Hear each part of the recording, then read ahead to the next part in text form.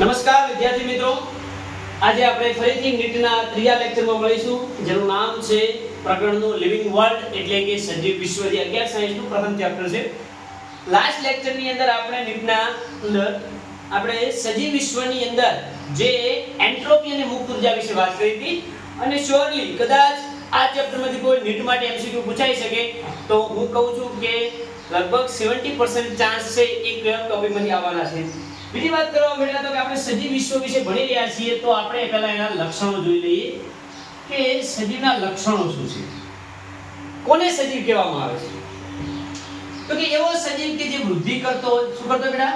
વૃદ્ધિ કરતો હોય, જેનો વિકાસ જોવા મળતો હોય, જે પ્રજનન દ્વારા પોતાના બાળ સજીવનું નિર્માણ કરી શકતો હોય, એ સજીવ છે એક જગ્યાએથી બીજી જગ્યાએ પોતે અનુકૂલન સાધી શકતો હોય. બીજી વાત, તેનામાં વારસો આપવાની ક્ષમતા હોવી જોઈએ, વારસો આપવાની ક્ષમતા હોવી જોઈએ. પર્યાવરણ સાથે આંતરક્રિયા કરતો હોવો જોઈએ. એ સજીવને ચયાપચય જોવા મળતું હોય, અને હલનચલન અને પ્રચલન જોવા મળતું હોય.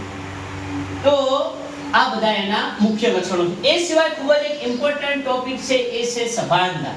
આ નાના વિશે આપણે થોડા ડિટેલમાં વાત કરીશું આજે. પ્રથમ વાત કરીએ વૃદ્ધિ. તો કે સજીવ જ્યારે નાનો હોય છે ને એમાંથી કોષ વિભાજનની પ્રક્રિયા દ્વારા, કોના દ્વારા બેટા? કોષ વિભાજનની પ્રક્રિયા દ્વારા આ સજીવ છે પોતાની શું કરે છે? વૃદ્ધિ કરે છે. કે કોષ વિભાજનની પ્રક્રિયા દ્વારા પોતાની વૃદ્ધિ કરે છે. એનો મતલબ કે જો બેટા એક કોષ હોય તો એક કોષ વિભાજન પામી એકમાંથી કેટલા થશે? 2 ના કેટલા થશે? 4 ના 8 16 32 64 128 256 512 1024 2048 4096. એનાથી વધારે તો મારે ગણિતમાં પછી ભણવું પડે, કારણ કે મને ગણિત આવડતું નથી. તો આ રીતે સજીવની અંદર શું થાય છે? એકમાંથી ઘણા બધા કોષોનો સમૂહ બની શેનું નિર્માણ કરે છે? તો કે સંપૂર્ણ સજીવનું નિર્માણ કરે. કોનું નિર્માણ કરે છે? સંપૂર્ણ સજીવનું નિર્માણ કરે છે. ત્યાર પછી વાત કરવામાં વિકાસ. વૃદ્ધિ અને વિકાસમાં ફરક શું છે? તો એ વસ્તુને સમજવા માટે આપણે એક શબ્દને ધ્યાનમાં લઈશું, જેનું નામ છે વિભેદન. જેનું નામ શું છે?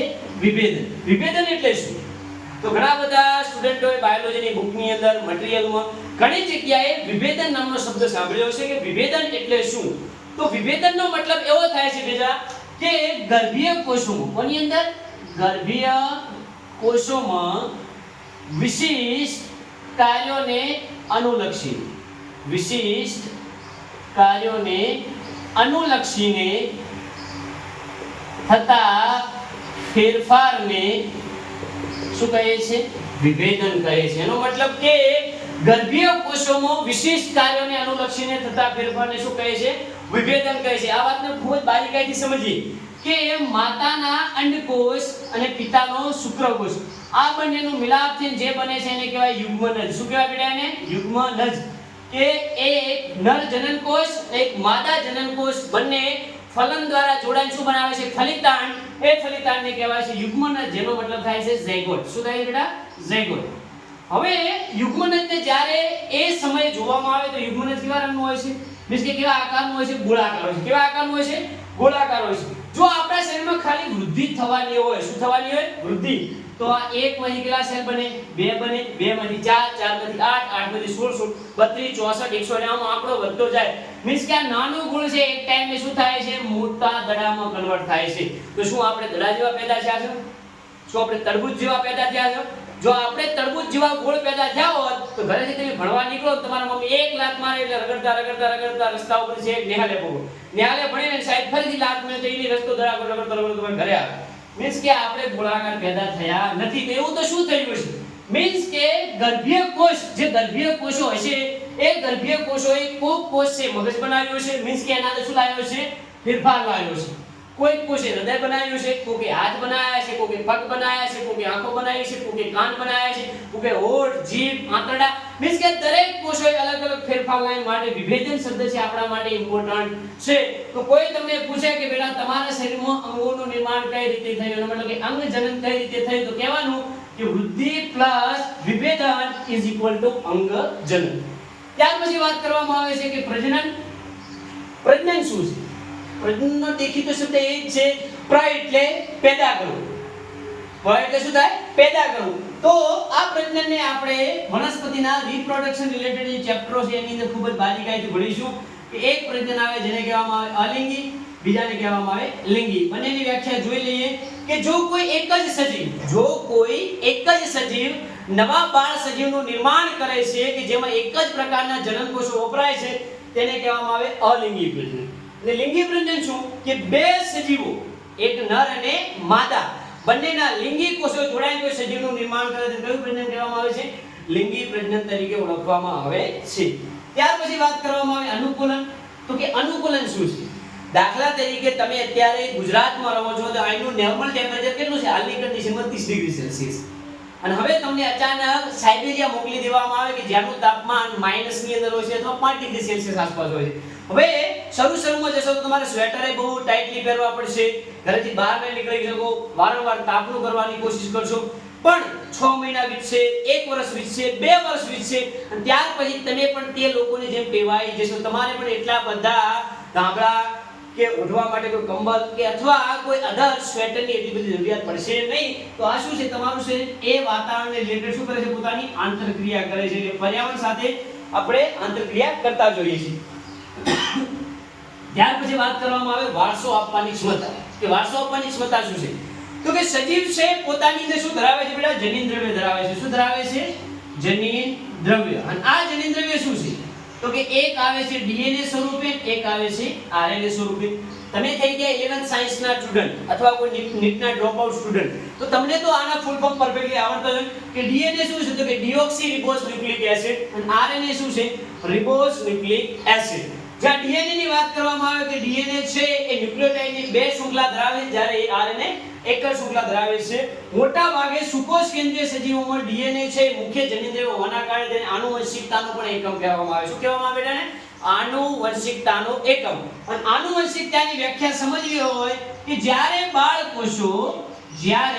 બાળકોષો પોતાના પિતૃકોષ જેવા જ નવા લક્ષણો વિકસાવે તેને શું કહેવાય છે? આનુવંશિકતા કહે છે. ત્યાર પછી વાત કરવામાં બેટા ચયાપચય. તો કે ચયાપચય છે આપણે વારંવાર શબ્દ ધોરણ 6 થી ભણતા આવ્યા છીએ. ચયાપચય બે શબ્દનો બનેલો છે. એકનો છે ચય વત્તા બીજાનો છે અપચય. ચયનો મતલબ થાય શરીરમાં વૃદ્ધિ, તો અપચયનો મતલબ શું થાય? ઘસારો. એનો મતલબ કે આ ટોપિક તો કયા આયા કે જે ગઈકાલે આપણે જોયા હતા એન્ટ્રોપી અને મુક્ત ઉર્જા, કે જેની અંદર ચયની અંદર શું થતી હતી કે મુક્ત ઉર્જા વધારે છે એટલે શરીરનો ગ્રો વધારે થશે, તો મીન્સ કે વૃદ્ધિ થશે. અને જેટલી એન્ટ્રોપી વધારે છે એટલે શું થશે? ઘસારો થશે. તો આ પણ બે શબ્દોને ખૂબ જ બારીકાઈથી બેટા સમજી લેજો. ત્યાર પછી કરવામાં આવે તો કે હલનચલન અને પ્રચલન. તો કે સજીવો છે હલનચલન પણ કરી રહ્યા છે, હું હલનચલન કરી રહ્યો છું અને આપણે એક જગ્યાએથી બીજી જગ્યાએ સ્થળાંતરિત થઈએ છીએ જેને શેના તરીકે ઓળખવામાં આવે છે? પ્રચલન તરીકે ઓળખવામાં આવે છે. તો આ બધા સજીવના મુખ્ય લક્ષણો થયા. પણ એ સિવાય કોઈ વાત કરવામાં આવે તો કે સભાનતા એટલે શું? સભાનતા એટલે શું? કે દરેક સજીવ છે સ્વયં સભાનતા ધરાવે છે. કઈ સભાનતા ધરાવે છે? સ્વયં સભાનતા. સ્વયં સભાનતા એટલે શું? દાખલા તરીકે રાત્રે તમે સૂતા છો, કોઈ તમારા શરીરના ભાગે અડે છે છતાં તમારી ઊંઘ ઉડી જાય, મીન્સ કે તમે જાગી જાવ છો. તમે બેઠા હોય પાછળથી તમને કોઈ ખીલ મારે અથવા નાની કોઈ સુઈ મારે તો પણ તમને ખબર પડી જાય. મીન્સ કે તમારું મગજ છે એ ચેતન અવસ્થામાં છે. કઈ અવસ્થામાં છે? ચેતન અવસ્થામાં છે. પણ જ્યારે માણસ મૃત્યુ પામે છે એનો મતલબ કે એનું બ્રેન છે ડેડ થઈ જાય છે. શું થઈ જાય છે? બ્રેન ડેડ થઈ જાય છે. અને આ બ્રેન ડેડ થઈ જવાના કારણે માણસ છે અચેતન અવસ્થામાં જતો રહે. અને અચેતન અવસ્થામાં જતો રહે તો માણસ છે એ કશું વસ્તુની સભાનતા દાખવી શકતો નથી. અને આ રિલેટેડ જો વધારે વાત કરવામાં આવે તો કે પૃથ્વી પર જેટલા પણ સજીવો છે જે લક્ષણોની બાબત વાત કરવામાં આવે તો કે અનુકૂલન એડેપ્ટેશન તો છે, પણ એની સાથે જે પ્રજનન છે પ્રજનન ઘણા સજીવોની અંદર જે ઋતુકીય સંવર્ધન કરે છે. કયું સંવર્ધન કરે છે બેટા? ઋતુકીય સંવર્ધન. મીન્સ કે ઋતુ પ્રમાણે નવા બાળકનું નિર્માણ કરે છે. દાખલા તરીકે કૂતરાઓ માટે ભાદરવો મહિનો સૌથી બેસ્ટ ગણવામાં આવે છે. એ રીતે અન્ય સજીવોને એક પર્ટિક્યુલર ટાઈમ હોય છે કે અમુક સજીવો છે શિયાળા દરમિયાન જ પ્રજનન કરે, અમુક ઉનાળા દરમિયાન પ્રજનન કરે, તો અમુક એક શિયાળા અને ઉનાળાની વચ્ચેની ઋતુમાં પણ પ્રજનન કરતા જોવા મળે છે. તો આવા સજીવોની અંદર વનસ્પતિ હોય તો એમને પ્રકાશ અવધિ ખૂબ જ ઇમ્પોર્ટન્ટ છે. પ્રકાશ અવધિ ખૂબ જ ઇમ્પોર્ટન્ટ છે. પ્રકાશ અવધિ એટલે શું? દાખલા તરીકે ઘઉંને તમે ઉનાળામાં વાવવામાં આવશો તો ઘઉં ઉગશે નહીં, કારણ કે ઘઉંને શું પ્રકાશની ઓછી જરૂરિયાત પડે છે, પણ બાજરીને પ્રકાશની વધારે જરૂરિયાત પડે છે. તો આના આધારે પણ સજીવોના આપણે લક્ષણોને સારી રીતે સમજી શકીએ. જો બેટા આજના લેક્ચરની યાદ આપણે લિવિંગ વર્લ્ડમાં જોવા મળતા નોર્મલ પણ ખૂબ જ ઇમ્પોર્ટન્ટ રિલેટેડ લક્ષણોની વાત કરી છે.